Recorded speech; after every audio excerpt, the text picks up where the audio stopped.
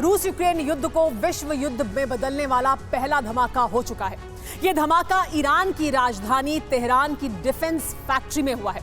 Defence factory को नुकसान पहुंचाने के पीछे यूक्रेन की साजिश हो सकती है।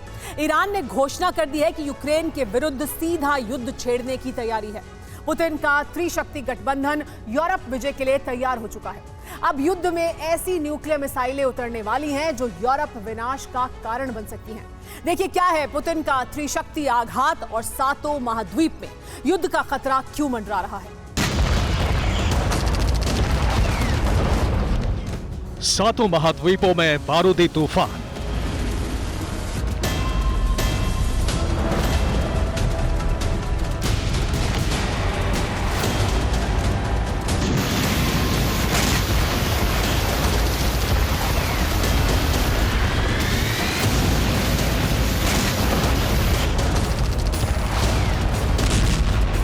दूसरे विश्व युद्ध से भी बड़ा विनाशक संग्राम।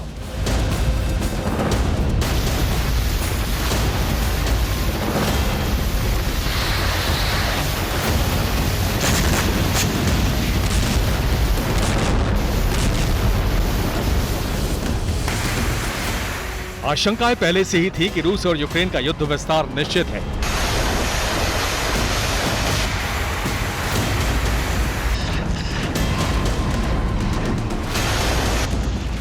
अब इसके प्रमाण भी मिलने लगे हैं कि युद्ध की आग एशिया, दक्षिण पश्चिम एशिया से अमेरिका तक फैलने लगी है और ये आग ही दूसरे विश्व युद्ध से भी बड़े विनाश का कारण बन सकती है।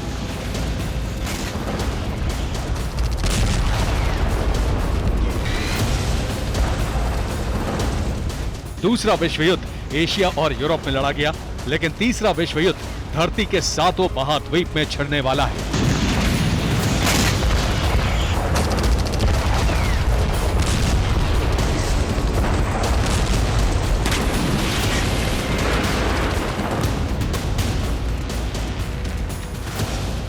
इसका कारण बन सकता है ईरान की राजधानी तेहरान के आसमान पर नजर आता ये काला धुआं।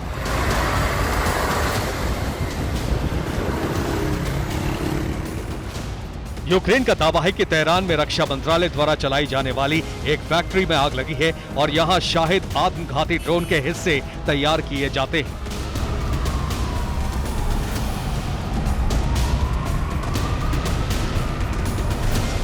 हालांकि ईरान ने कहा है कि तेहरान में कोई डिफेंस फैक्ट्री नहीं है, लेकिन इजरायली मीडिया ने भी इस बात की पुष्टि की है कि तेहरान की जिस फैक्ट्री में आग लगी वो रक्षा मंत्रालय की है।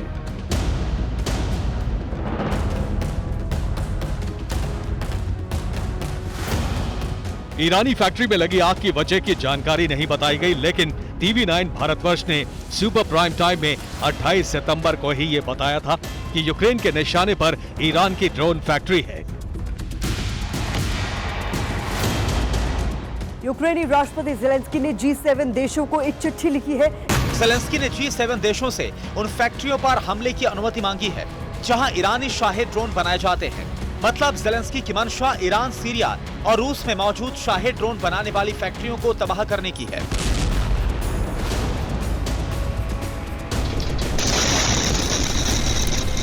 अट्ठाईस सितंबर को सुपर प्राइम टाइम ने यह रिपोर्ट दिखाई और 29 सितंबर को तेहरान की डिफेंस फैक्ट्री में आग लग गई।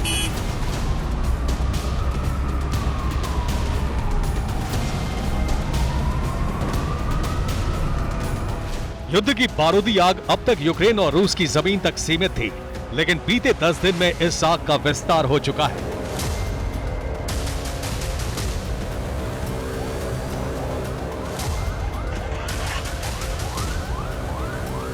छब्बीस सितंबर को रूस ने ओडेसा पोर्ट पर हमला किया और रोमानिया की जमीन बारूद से धधक उठी। 27 सितंबर को उज्बेकिस्तान की राजधानी ताशकंद में बड़ा धमाका हुआ, करीब 200 लोग घायल हो गए।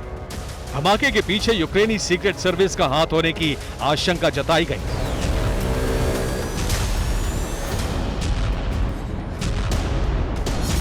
उनतीस सितंबर को ईरान के डिफेंस फैक्ट्री में आग लगी और इसके पीछे भी यूक्रेनी साजिश की आशंका है।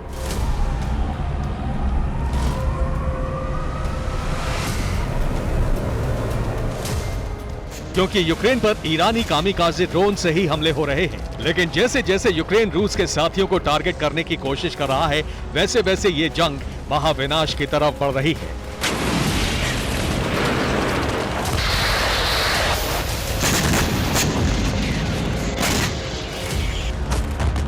ईरान की डिफेंस फैक्ट्री पर हमले के जवाब में ईरान यूक्रेन के खिलाफ सीधी जंग छेड़ने को तैयार है। अब यूरोप विजय प्लान के तहत ईरान की बैलिस्टिक मिसाइल भी जंग में आने वाली है।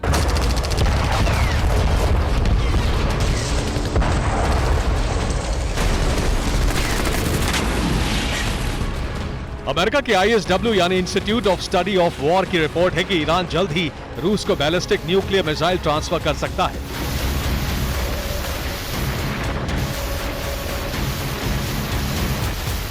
उन्नीस सितंबर को ही रूस के रक्षा मंत्री तेहरान दौरे पर गए थे। यहां मॉस्को और तेहरान के बीच सैन्य सहयोग बढ़ाने पर चर्चा हुई। खबर है कि इसी हफ्ते रूस ईरान का मिसाइल समझौता हो सकता है। नॉर्थ कोरिया के साथ भी रूस का सैन्य समझौता हो रहा है। ईरान रूस को पहले से ही कामिकाज़े ड्रोन की सप्लाई कर रहा है। नॉर्थ कोरिया से भी रूस को हथियार सप्लाई हो रहे हैं। समझौते के बाद ईरान मिसाइल सप्लाई शुरू कर देगा।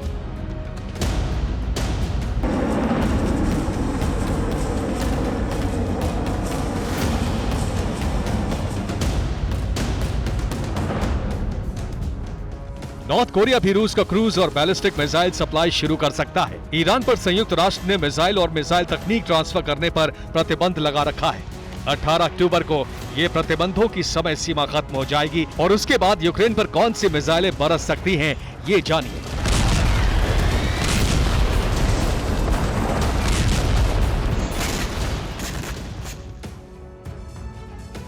मिसाइल समझौते के बाद ईरान रूस को पहली मिसाइल दे सकता है। फतह 110 ये एक शॉर्ट रेंज बैलिस्टिक मिसाइल है।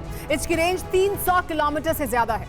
मिसाइल की रफ्तार है 4900 किलोमीटर प्रति घंटा। ईरान से रूस को दूसरी मिसाइल मिलेगी जुल्फिकार। ये भी SRBM यानी शॉर्ट रेंज बैलिस्टिक मिसाइल है। इसकी मारक क्षमता 700 किलोमीटर तक है। इसकी क्रूज स्पीड 9250 किलोमीटर प्रति घंटा है। नॉर्थ कोरिया से भी रूस सैन्य समझौता कर रहा है और किम जोंग रूस को हावसल-1 मिसाइल दे सकता है। ये एक क्रूज मिसाइल है, धरती के बहुत करीब उड़ती है। इसकी मारक क्षमता 1500 किलोमीटर तक है। इसकी रफ्तार 4500 किलोमीटर प्रति घंटा तक है। रूस को नॉर्थ कोरिया से मिलने वाली दूसरी एडवांस्ड मिसाइल हो सकती है हावसल-2। ये भी एक क्रूज मिसाइल है। इस मिसाइल की रेंज 2000 किलोमीटर तक है। मिसाइल की रफ्तार 5000 किलोमीटर प्रति घंटा है।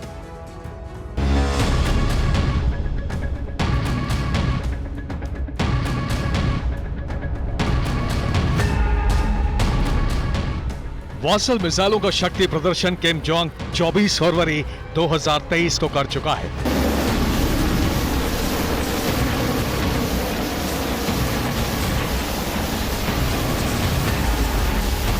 अब सतह के बहुत नजदीक उड़ने वाली ये मिसाइलें यूक्रेन का विनाश बन सकती हैं।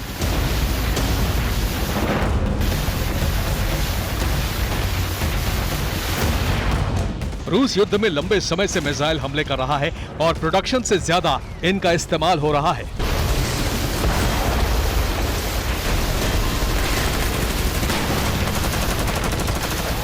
अब युद्ध के मैदान में मिसाइलों का नया जखीरा आने से रूस की ताकत बढ़ेगी।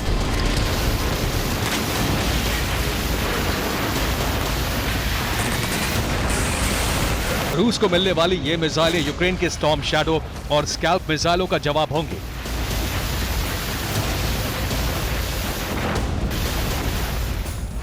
ईरान और नॉर्थ कोरिया की मिसाइलें रूस पहुंचने वाली हैं और ईरान ने खुलेआम अमेरिका को चुनौती देनी शुरू कर दी है।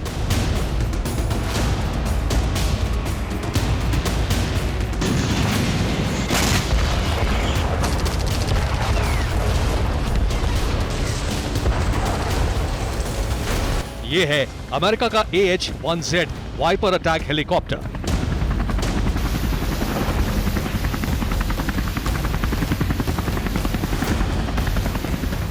रूस ने अमेरिका के इस हेलीकॉप्टर को अरब की खाड़ी में घेर लिया।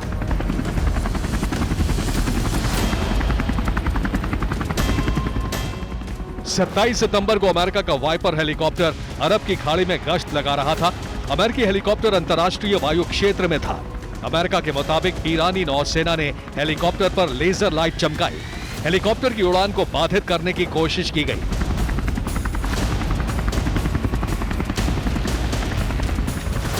हेलीकॉप्टर और पायलट को कोई नुकसान नहीं पहुंचा। यूक्रेन जंग में रूस अमेरिका को सीधी चुनौती दे रहा है और एशिया में ईरान और नॉर्थ कोरिया अमेरिका से टकराने को तैयार है।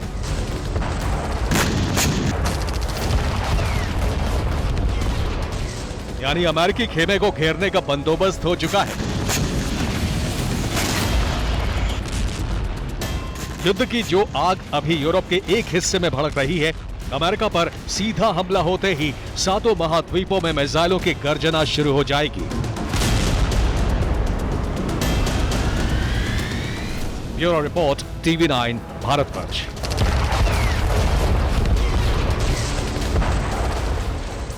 आगे बढ़ने से पहले इस वक्त की बड़ी खबर आपको बता दें, कुर्स्क पर यूक्रेन ने बड़ा ड्रोन हमला किया है।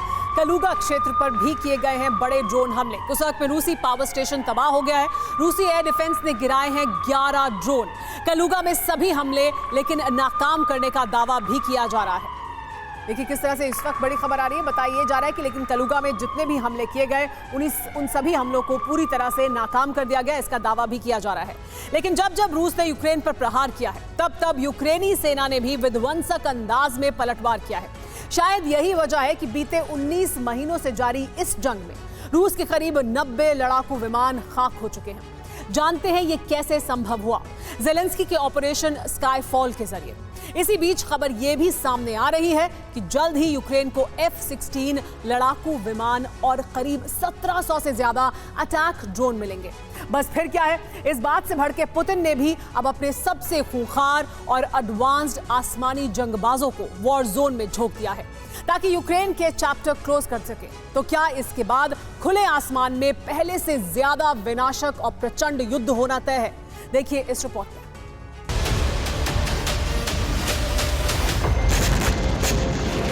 उन्नीस महीनों की जंग में भले ही यूक्रेन का कोना कोना तबाह हो चुका हो, मगर ज़ेलेंस्की की ब्रिगेड ने भी रूस जैसे ताकतवर मुल्क को गहरे जख्म दिए।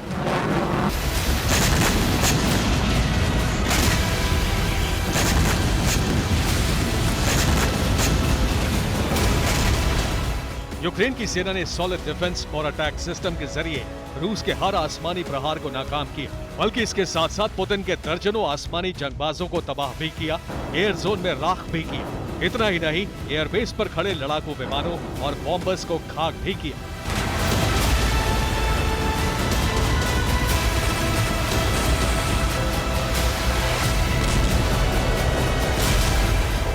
बीते 19 महीनों में रूसी वायुसेना को जो नुकसान हुआ है, उससे जुड़ी एक रिपोर्ट सामने आई है जिसमें दावा किया गया है कि यूक्रेन ने अब तक रूस के 90 विमानों को तबाह किया है, जिसमें 80 तो लड़ाकू विमान और ट्रांसपोर्ट एयरक्राफ्ट हैं। इसके अलावा 10 हेलीकॉप्टर्स भी यूक्रेन ने खाक किए हैं। वाकई ये आंकड़े हैरान करने वाले हैं, क्योंकि रूस जैसे महाबली को वॉर जोन में चित करना कोई मामूली बात नहीं।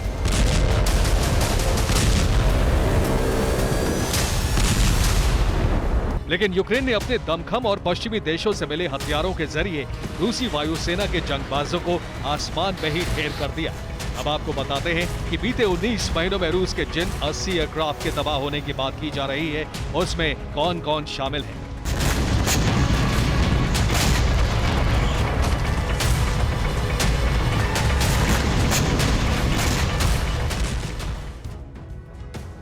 चौबीस फरवरी 2022 को रूस यूक्रेन जंग का आगाज हुआ और तब से लेकर अब तक रूसी वायुसेना के 80 से ज्यादा लड़ाकू विमान और एयरक्राफ्ट खाक हो चुके हैं, जिनमें सबसे ज्यादा तादाद है Su-25 फाइटर जेट की। रूस के करीब 30 Su-25 लड़ाकू विमानों को यूक्रेन ने मार गिराया है। इसके अलावा रूसी वायुसेना के 21 Su-34 स्ट्राइक एयरक्राफ्ट भी यूक्रेन की सेना ने शॉट डाउन किए हैं। वहीं 19 महीनों की जंग में रूस के 11 Su-30SM multi role fighter jet भी यूक्रेन ने तबाह कर दिए हैं। इतना ही नहीं, रूस के 3 स्ट्रेटेजिक बॉम्बर भी यूक्रेन ने राख किए हैं, जिनमें से 2 Tu-22 M3S बॉम्बर हैं, तो वहीं एक Tu-95 MS परमाणु बम वर्षक भी है। इसके अलावा यूक्रेन ने रशियन एयरफोर्स के 2 command and control aircraft II-22M को भी मार गिराया है। वहीं यूक्रेन ने अपने डिफेंस सिस्टम से रूस के 6 ट्रांसपोर्ट एयरक्राफ्ट को भी तबाह किया है, जिनमें से 5 II-76S हैं और एक AN-26 ट्रांसपोर्ट एयरक्राफ्ट है। शायद यही वजह है जिसके चलते रूसी प्रेसिडेंट पुतिन ने अपने सबसे घातक, सबसे खूंखार लड़ाकू विमानों के खेप को वॉर जोन में झोंकने का ऑर्डर दे दिया है।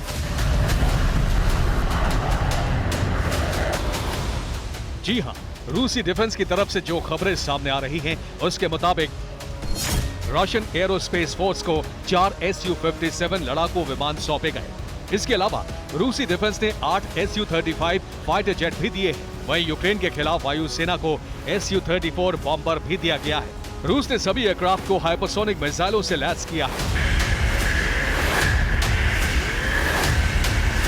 मतलब ये कि रूस यूक्रेन जंग का full flash air attack phase शुरू हो चुका है और इस बार अग्नि परीक्षा रूस के सबसे एडवांस्ड और सुपर फाइटर्स की है, जिसमें सबसे बड़ा नाम है Su-57 multi role stealth fighter का।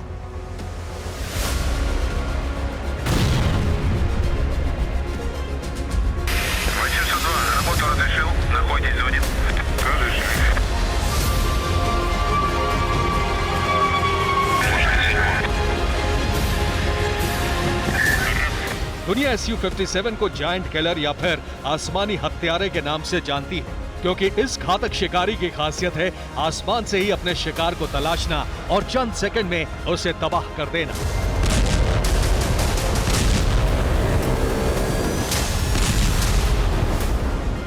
रूस का हवाई योद्धा Su-57 अमेरिका के F-22 रैप्टर और F-35 स्टेल्थ फाइटर से भी ज्यादा खूंखार है। आसमान में इसकी दहाड़, इसकी गरज, इसकी ललकार सन्न कर देने वाली होती है।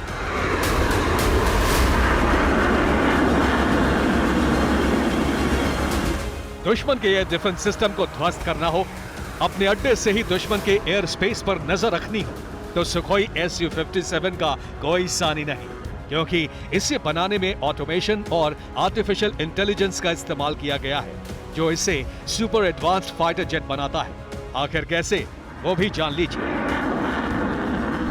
सुखोई Su-57 5वीं पीढ़ी का स्टेल्थ फाइटर जेट है।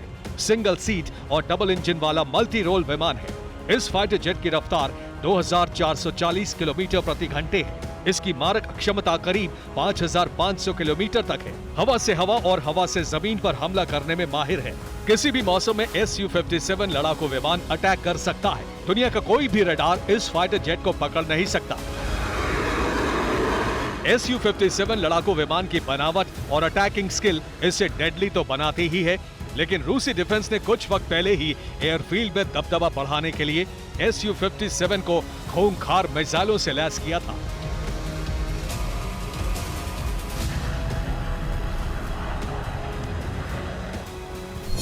जिनमें से सबसे पहला नाम था R-37M का, जिसकी मारक क्षमता करीब 300 से 400 किलोमीटर है। वहीं दूसरा घातक ब्रह्मास्त्र है K-77M, जो 160 किलोमीटर तक प्रहार कर सकता है। इसके अलावा Su-57 में R-77 मिसाइल भी लगी है, जो 110 किलोमीटर तक सटीक हमला करती है।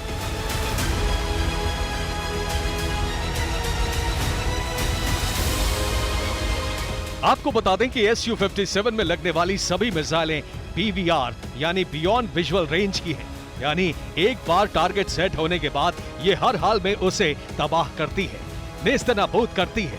इसी मिसाइल पावर के दम पर रूस का ये जंगबाज एयरफील्ड का मोस्ट पावरफुल किलर बना है। ऐसे में Su-57 ने अगर वॉर जोन में दस्तक दी, अगर यूक्रेन, नेटो या फिर यूरोपीय देशों के खिलाफ रूसी सेना ने इसका इस्तेमाल किया, तो यकीन मानिए सुखोई Su-57 नाम का ये आसमानी शिकारी भीषण तबाही मचा देगा।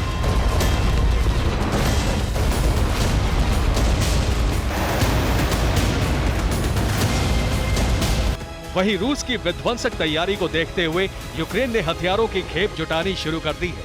नेटो और यूरोपीय देशों से नए ड्रोन्स और फाइटर जेट की डिमांड की है। हालांकि जल्द ही यूक्रेन को अमेरिकी F-16 फाइटर जेट तो मिलेंगे ही, मगर इसके साथ साथ 1740 किलर ड्रोन्स भी मिलेंगे। मतलब ये कि इस बार रूस यूक्रेन के बीच आसमान में भीषण युद्ध होना तय है। Bureau report, TV9, Bharatvarsh. आगे बढ़ने से पहले इस वक्त की बड़ी खबर आपको बता दें, युद्ध के मैदान से जो खबर आ रही है वो डोनेस्क से है। डोनेस्क में यूक्रेन ने बम वर्षा की है। रूसी मोर्टार गोदाम पर हमला किया गया है। धमाके से ददक उठा है मोर्टार गोदाम। रूस का गोला बारूद पूरी तरह से तबाह हो गया है।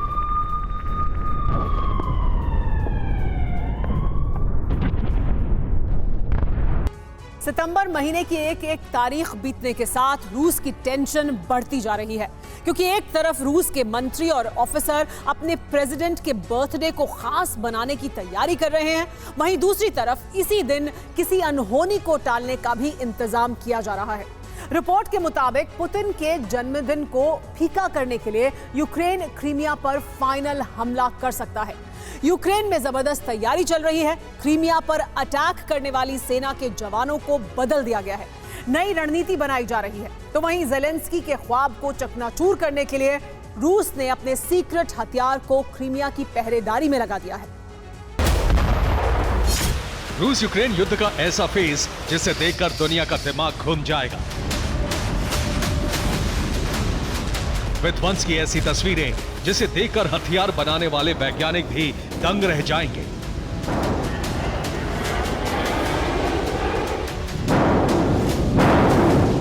रूस का एक करिश्माई हथियार अब तक दुनिया के लिए एक पहेली है, लेकिन अब उसकी एंट्री युद्ध में होने वाली है। रूस ने अब तक ना तो इस हथियार का इस्तेमाल किया है और ना ही दुनिया को इसकी ताकत बताई है।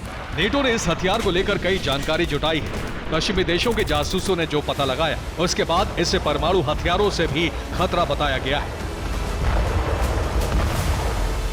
पश्चिमी देशों ने रूस के इस हथियार का नाम सीक्रेट वेपन रखा है। हथियारों को परमाणु बम से ज्यादा खतरनाक माना गया है। रूस का हथियार अपने आसपास के 3 किलोमीटर इलाके में दुश्मन का सफाया कर देता है। दुश्मन की ताकतवर मिसाइलें, टैंक, ड्रोन, रडार कुछ काम नहीं आता है।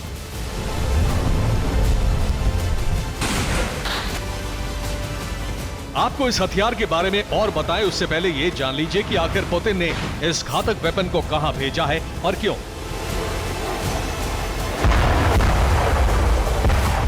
मुझे अक्टूबर का महीना जो बस अब आने ही वाला है। रूस को जानकारी मिली है कि क्रीमिया में अब मिसाइलों की बरसात होने वाली है।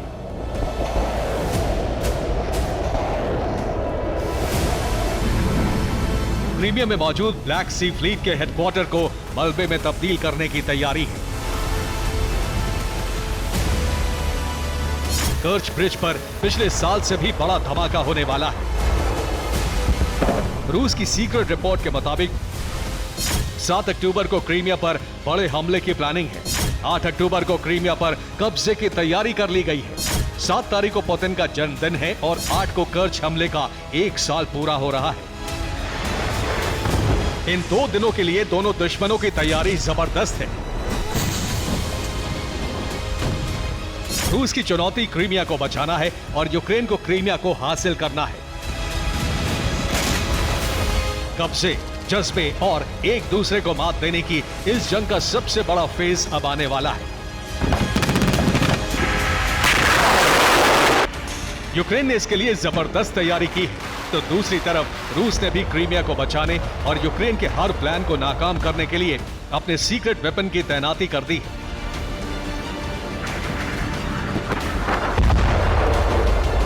रूस के इस हथियार का नाम अल्बुगा कॉम्प्लेक्स है। इस हथियार के बारे में दुनिया को बहुत कम जानकारी दी गई है। अल्बुगा कॉम्प्लेक्स हवा से हाई फ्रीक्वेंसी छोड़ता है। नया हथियार यूक्रेन ही नहीं बल्कि सुपर पावर अमेरिका के हथियारों को भी कबाड़ में तब्दील करने वाला है, क्योंकि ये कोई बम, मिसाइल या ड्रोन नहीं है। रूस का ये हथियार बारूद नहीं उगलता, लेकिन इसका असर कई किलोमीटर तक होता है।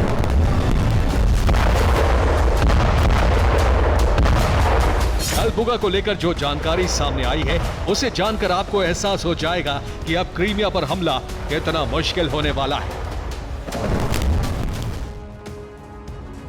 अल्बुगा एक इलेक्ट्रोमैग्नेटिक मिसाइल सिस्टम की तरह है, जिससे तरंगे निकलती हैं।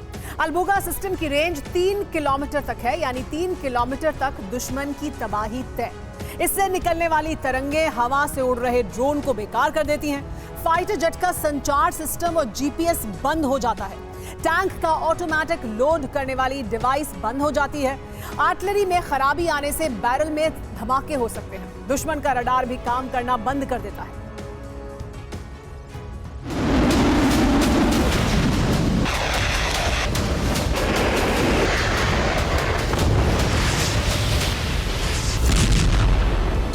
हालांकि नेटो का दावा है कि रूस का यह वेपन अभी पूरी तरह तैयार नहीं है, लेकिन कुछ रिपोर्ट में दावा किया गया है कि रूस ने अल्बुगा की तैनाती क्रीमिया में कर दी है। क्रीमिया पर हमले के लिए अब तक 4 तरह के हथियारों का इस्तेमाल हुआ है। पहला स्टॉर्म शैडो मिसाइल है, इसे फाइटर जेट से लॉन्च किया जाता है। अल्बुगा की तैनाती से क्रीमिया के करीब फाइटर जेट नहीं पहुंच सकेंगे। ड्रोन क्रीमिया की तरफ आते ही कंट्रोलर के काबू में नहीं रहेंगे। वाटर ड्रोन की फ्रीक्वेंसी भी काम करना बंद कर देगी। हालांकि रूस की तैयारियों से यूक्रेन के रक्षा मंत्री रुस्तम का हौसला खत्म नहीं हुआ है। रुस्तम क्रीमिया पर कब्जे की रणनीति को लगातार आगे बढ़ा रहे हैं। क्रीमिया में कई बार की नाकामी के बाद अब एक नई क्रीमिया के लिए स्पेशल फोर्स भी बनाई जा रही है। क्रीमिया के लिए स्पेशल फोर्स में नए सैनिकों को शामिल किया गया है। पुराने सैनिकों को दूसरे इलाकों में भेज दिया गया है। ब्रिटेन में ट्रेनिंग लेने वाले सैनिकों को क्रीमिया स्पेशल फोर्स में शामिल किया गया है। हालांकि रक्षा मंत्री रुस्तम ने कमांडर्स को नहीं बदला है। यूक्रेन की सेना की एक टुकड़ी ब्रिटेन में ट्रेनिंग ले रही थी।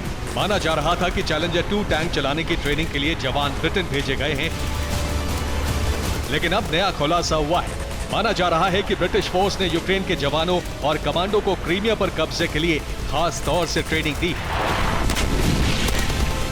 रिपोर्ट के मुताबिक ब्रिटिश फोर्स ने यूक्रेन के जवानों को समंदर से हमले की ट्रेनिंग दी है। किसी पोर्ट सिटी पर कैसे अटैक करते हैं यह सिखाया गया है।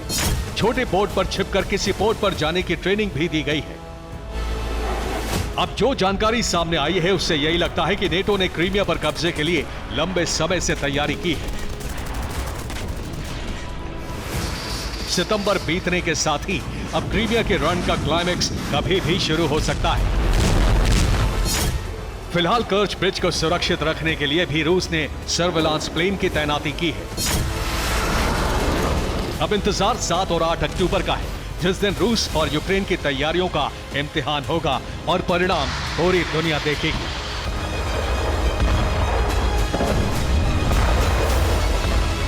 Bureau report, TV9 Bharatvarsh.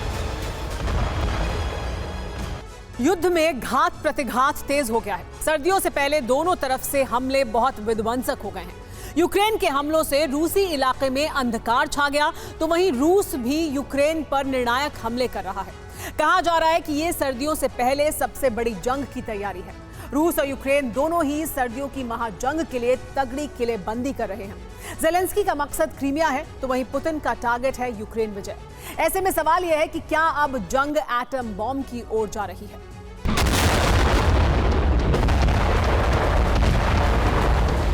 दोनों तरफ से हमलों की बौछार हो रही है। वार पर वार हो रहे हैं, पलटवार किए जा रहे हैं।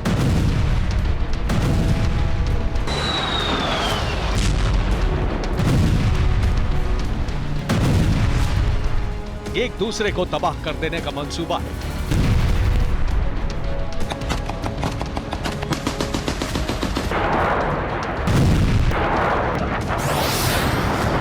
दोनों ही पक्ष हमलों में कोई कसर नहीं रहने देना चाहते हैं। ऐसे बारूदी प्रहार किए जा रहे हैं जो सर्दियों से पहले की सबसे बड़ी जंग होगी। ये हमले, ये बारूद की बरसात, ये घात, ये प्रतिघात सर्दियों के युद्ध की किलेबंदी है।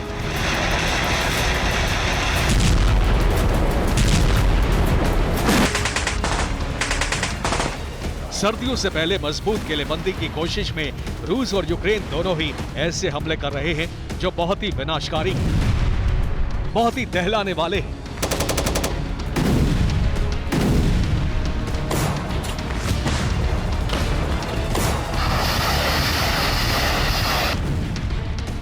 रूस के अंदर यूक्रेन के हमलों ने कहर ढा दिया। यूक्रेन के हमलों के बाद रूस में अंधकार हो गया। यूक्रेन ने रूस के कुर्स्क में शुक्रवार रात ड्रोन से हमले किए,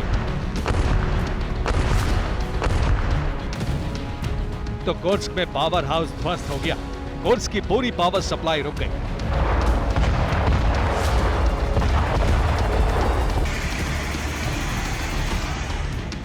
रूस के कालुगा में भी यूक्रेन ने ड्रोन हमला करके कहर बरपाया। यूक्रेन के हमलों पर रूसी रक्षा मंत्रालय ने दावा किया है कि रूसी फोर्स ने यूक्रेन के 11 ड्रोन्स को मार गिराया। रूस के रक्षा मंत्रालय ने यह भी दावा किया है कि उसके एयर डिफेंस सिस्टम ने यूक्रेन के ड्रोन हमलों को नाकाम कर दिया। हालांकि रूस के कुर्स्क और कलुगा के अलावा बेलगोरोद में भी यूक्रेन ने ड्रोन अटैक करके रूसी खेमे को दहला दिया। यूक्रेन ने बेलगोरोद में रूस के सैन्य ठिकाने पर हमला किया।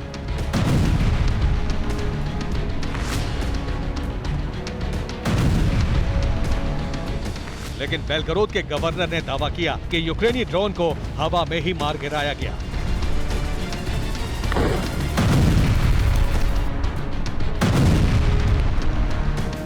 हालांकि यूक्रेन का दावा है कि उसकी फोर्स रूसी दबदबे वाले खेरसोन और डोनेट्स्क जैसे इलाकों में भी रूस को बड़ा नुकसान पहुंचा रही है।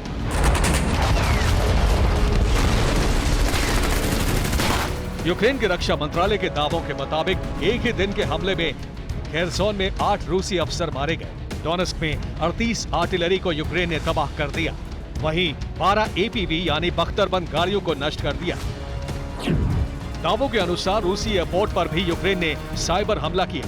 रिपोर्ट्स के मुताबिक यूक्रेन के साइबर हमलों में रूस का लियोनार्डो एयरपोर्ट ठप हो गया। सर्दियों से पहले यूक्रेन हर तरफ से रूसी सेना पर घातक वार कर रहा है। यूक्रेन ने ड्रोन अटैक करके रूसी सेना की बोट को निशाना बनाया।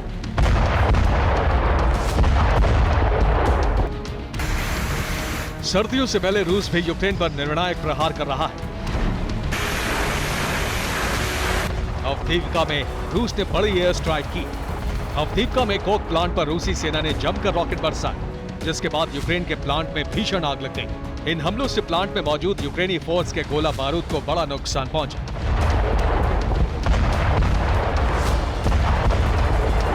सर्दियों से पहले दोनों तरफ से सबसे बड़ी जंग की तैयारी है। ये हमले इसी बात के प्रमाण हैं। सर्दियों से पहले रूस पूर्वी यूक्रेन में उत्तर से लेकर दक्षिण तक पूरी तरह से किलेबंदी कर देना चाहता है। उधर जेलेंस्की की फोर्स दक्षिण पूर्व यूक्रेन से रूसी सेना को हटाकर क्रीमिया की ओर बढ़ना चाहती है। सर्दियों से पहले दोनों ही देशों के हमले एक दूसरे के दबदबे वाले इलाकों में बढ़ गए हैं।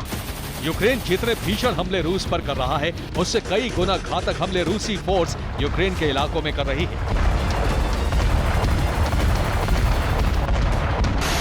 यूक्रेन रूस बॉर्डर पर सूमी में पुतिन के फोर्स ने बड़े हमले किए। सूमी प्रांत में रूस ने एक ही दिन में 30 बार बमबारी की। रूसी सेना की बमबारी से खेरसोन भी दहल गया। रूस ने खेरसोन में 671 बार शेलिंग की। रूसी सेना ने आर्टिलरी और ग्रैड एमएलआरएस से खेरसोन में जबरदस्त गोलाबारी की। खेरसोन के रिहायशी इलाकों में भी पुतिन की फोर्स ने हमले किए। रूसी हमलों में यूक्रेन के कई जवानों की मौत का दावा किया गया। उधर डोनेट्स्क के कोस्ती एंटोनिव्का में भी रूस ने बड़ा हमला करके अपनी किलेबंदी मजबूत करने की कोशिश की। सर्दियों से पहले यूक्रेन को घेरने और उस पर निर्णायक प्रहार करने के लिए रूसी एयरफोर्स के Ka-52 लड़ाकू हेलीकॉप्टर मिशन पर जाते देखे गए। वहीं यूक्रेन के ठिकानों पर पुतिन की फोर्स अपने इस अटैक हेलीकॉप्टर से धुआंधार बारूद भी बरसा रही है।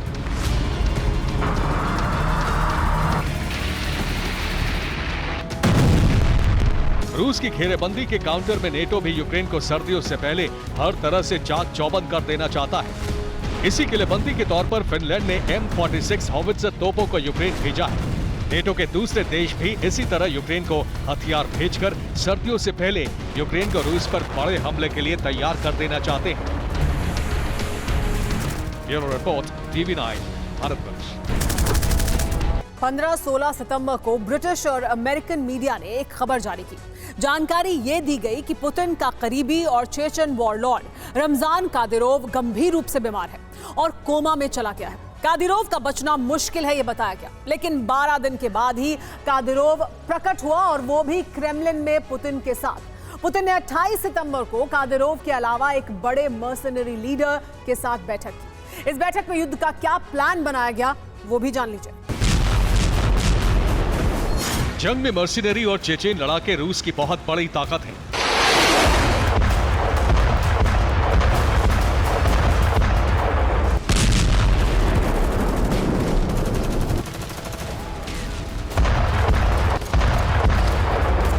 इस जंग में इन दो शक्तियों के दो चेहरे हैं। पहला चेचेनिया प्रेसिडेंट रमजान कादिरोव और दूसरा वैगनर पीएमसी का पूर्व प्रमुख आंद्रेई त्रुशेव।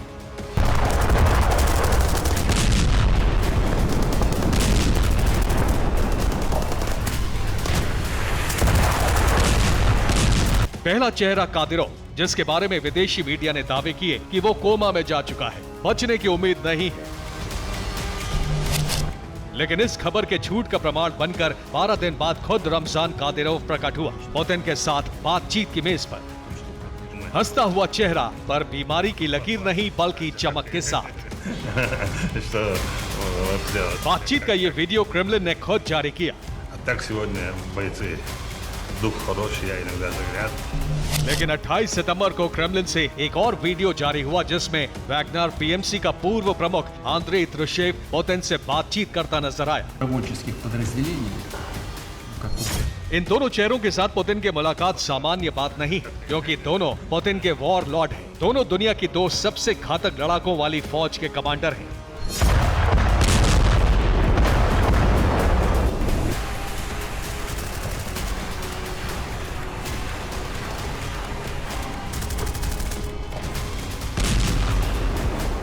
खुफिया जानकारी ये है कि कादिरोव युद्ध में चेचेन लड़ाकों की संख्या बढ़ाने वाला है। वैगनर फोर्स के जवान रूसी सेना में भर्ती किए जा रहे हैं। यानी पुतिन की दो सबसे खूंखार सेनाएं एक बार फिर युद्ध के मैदान में होंगी।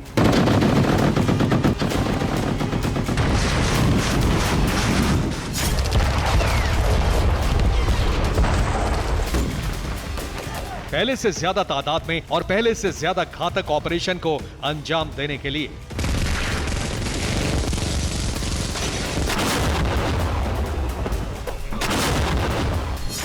यूक्रेन फिलहाल मिसाइल और ड्रोन से क्रीमिया पर हमले कर रहा है और आने वाले दिनों में खेरसोन की तरफ से पैदल सेना का क्रीमिया पर हमला करने का प्लान है। पैदल सेना के साथ आर्टिलरी भी हमले के लिए भेजी जाएगी।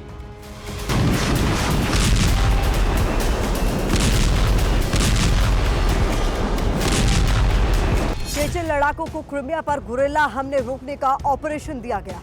त्रुशेव को पुतिन ने आदेश दिया कि वैगनर फोर्स को दोबारा बाखमुत भेजा जाए। बाखमुत की जीत का श्रेय वैगनर फोर्स को ही जाता है। वैगनर के मोर्चा छोड़ते ही एक बार फिर यूक्रेन ने इस पर कब्जा कर लिया है। पुतिन ने 2 बैठकों में 2 मोर्चों की जिम्मेदारी अपने 2 वॉर लॉर्ड को सौंप दी है।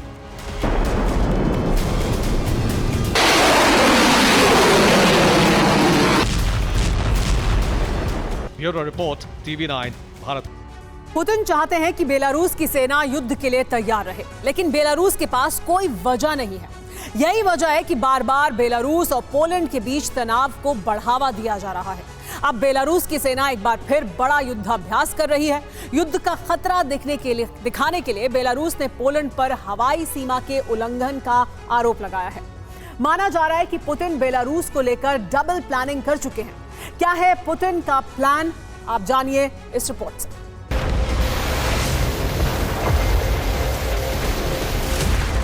बेलारूस की आर्मी फिर एक्शन में है।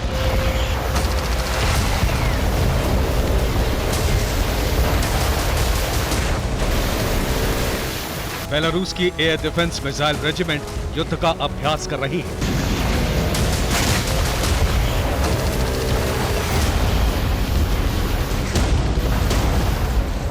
बेलारूस की सेना को इस तरह से युद्ध की तैयारी करने की जरूरत क्यों पड़ी?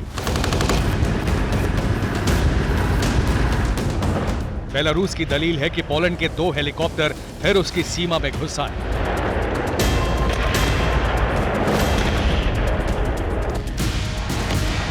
बेलारूस का आरोप सही है या गलत, ये अलग बात है, लेकिन पुतिन की प्लानिंग क्या है, इसका संकेत जरूर मिल रहा है।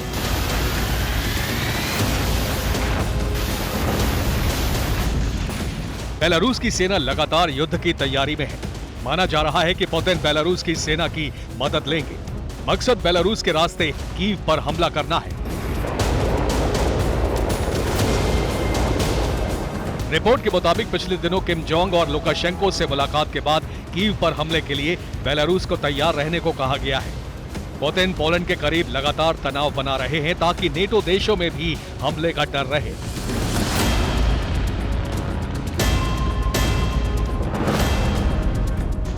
माना जा रहा है कि पुतिन भविष्य की तैयारी कर रहे हैं जिसके तहत कीव पर हमले में नेटो अगर अड़ंगा डालता है तो पोलैंड या रोमानिया जैसे देशों पर बेलारूस के रास्ते हमला किया जा सके।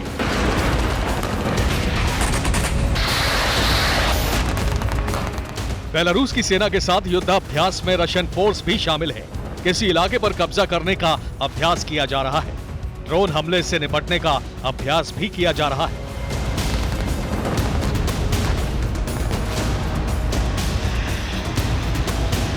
लेकिन सबसे अहम बात यह है कि इस युद्धाभ्यास में किसी शहर पर कब्जा करके उसको घेरने का अभ्यास चल रहा है।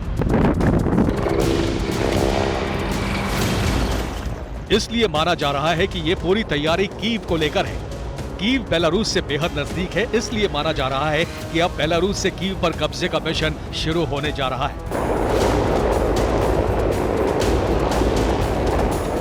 बेलारूस के जरिए पुतिन यूरोपीय देशों को भी टारगेट कर सकते हैं, लेकिन ऐसा तभी होगा जब पुतिन नेटो युद्ध में हार और जीत से भी बड़ा एक प्रश्न खड़ा हो गया है। एटमी पावर प्लांट के पास 148 ब्लास्ट होने के बाद यह सवाल खड़ा हो गया है कि ज़ैपोरिज़िया न्यूक्लियर प्लांट को हमलों से कैसे बचाया जाएगा। रेडिएशन का खतरा बढ़ता ही जा रहा है। सवाल यह है कि क्या परमाणु रिएक्टर के पास किए जा रहे हमलों से विनाश का चैप्टर लिखा जा रहा है। ज़ैपोरिज़िया प्लांट के पास धमाके,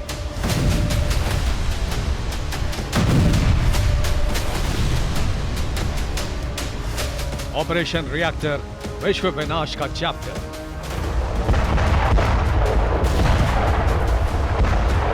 जिस बात का डर सारी दुनिया को सताता रहा, अब उसका खतरा और ज्यादा बढ़ गया है। ज़ैपोरिज़िया से अब दंग करने वाली तस्वीरें सामने आ रही हैं। कहीं विनाशकारी धमाके तो कहीं क्लस्टर बमों से हमले।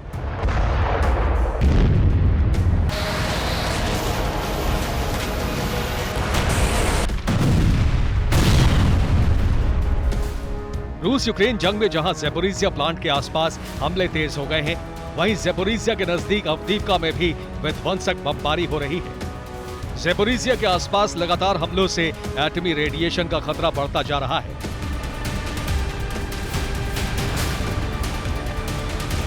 बीती रात ज़ैपोरिज़िया के पास 148 हमले हुए।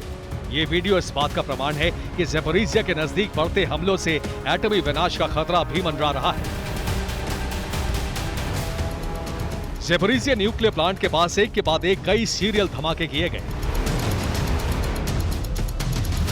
इसी तरह ज़ैपोरिज़िया के नजदीक अवदीव्का में भी कोक प्लांट पर हवाई हमले किए गए।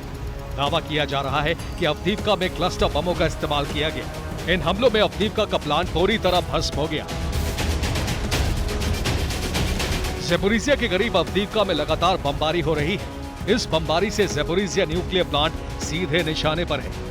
इन हमलों से ज़ैपोरिज़िया में एटमी रेडिएशन का खतरा साफ दिखने लगा है। बीते कई दशकों से चीन और ताइवान के बीच टेंशन जारी है, क्योंकि ताइवान जैसे अदना से मुल्क को ड्रैगन हड़पना चाहता है, उस पर कब्जा करना चाहता है।